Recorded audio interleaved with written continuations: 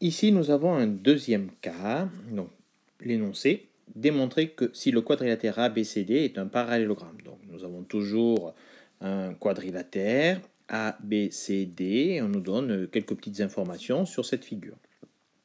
Alors, on sait que pour savoir si ce quadrilatère est un parallélogramme, il faut qu'il arrive à franchir, on va dire, une des 5 portes orange, c'est-à-dire il faut qu'il respecte une des 5 conditions des définitions qui sont dans les encadrés orange du schéma qu'on a appris par cœur, de ces fameuses propriétés réciproques.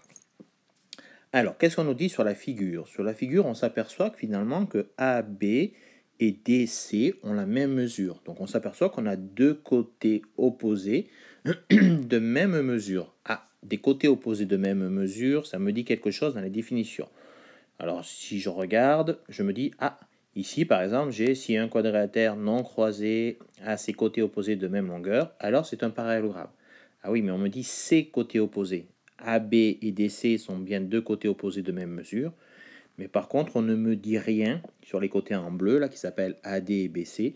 Là, je ne sais pas s'ils ont la même mesure. Donc, je ne peux pas utiliser cette définition, c'est-à-dire j'ai une donnée incomplète. Donc, cette définition-là, je pourrais être tenté de l'utiliser, mais ça serait faux, parce que c'est ces côtés opposés, alors que là, j'ai que deux côtés opposés, je n'ai pas les deux autres qui ont la même mesure. Je ne sais pas, peut-être qu'ils l'ont, mais on ne me le dit pas, donc je ne peux pas conclure. Alors, est-ce qu'il y a une autre partie, une autre réciproque qui utilise les côtés opposés? Oui. J'ai ici, on me dit, si un quadrilatère non croisé a ses côtés opposés parallèles et de même longueur, alors c'est un parallélogramme. Et on me dit bien deux côtés opposés. Ah là, j'ai bien deux côtés opposés, ils sont de même mesure. Par contre, on ne me dit pas si AB et DC sont parallèles. On me dit bien que ces deux côtés-là ont la même mesure, mais je ne sais pas s'ils sont parallèles. Donc, on ne me le dit pas, donc je ne peux pas le certifier. En géométrie, on n'utilise que des informations qu'on me donne ou que j'ai pu prouver. Mais là, je n'ai pas les moyens ni de le prouver, ni on ne me l'a pas donné. Donc, finalement, cette définition-là, j'en ai une partie, mais je ne peux pas l'utiliser complètement. Donc, ça ne marche pas.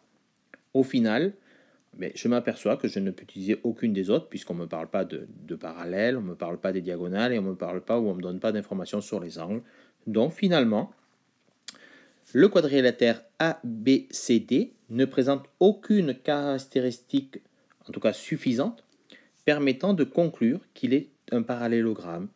Donc, pour cet exercice-là, on va conclure ABCD est un simple quadrilatère. À défaut d'informations supplémentaires, je ne peux pas dire autre chose que pour l'instant, il est un simple quadrilatère.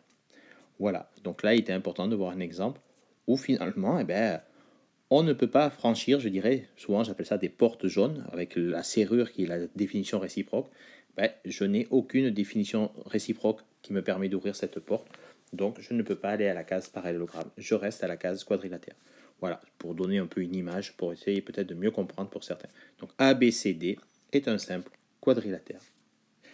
Exercice corrigé du cas numéro 2, terminé.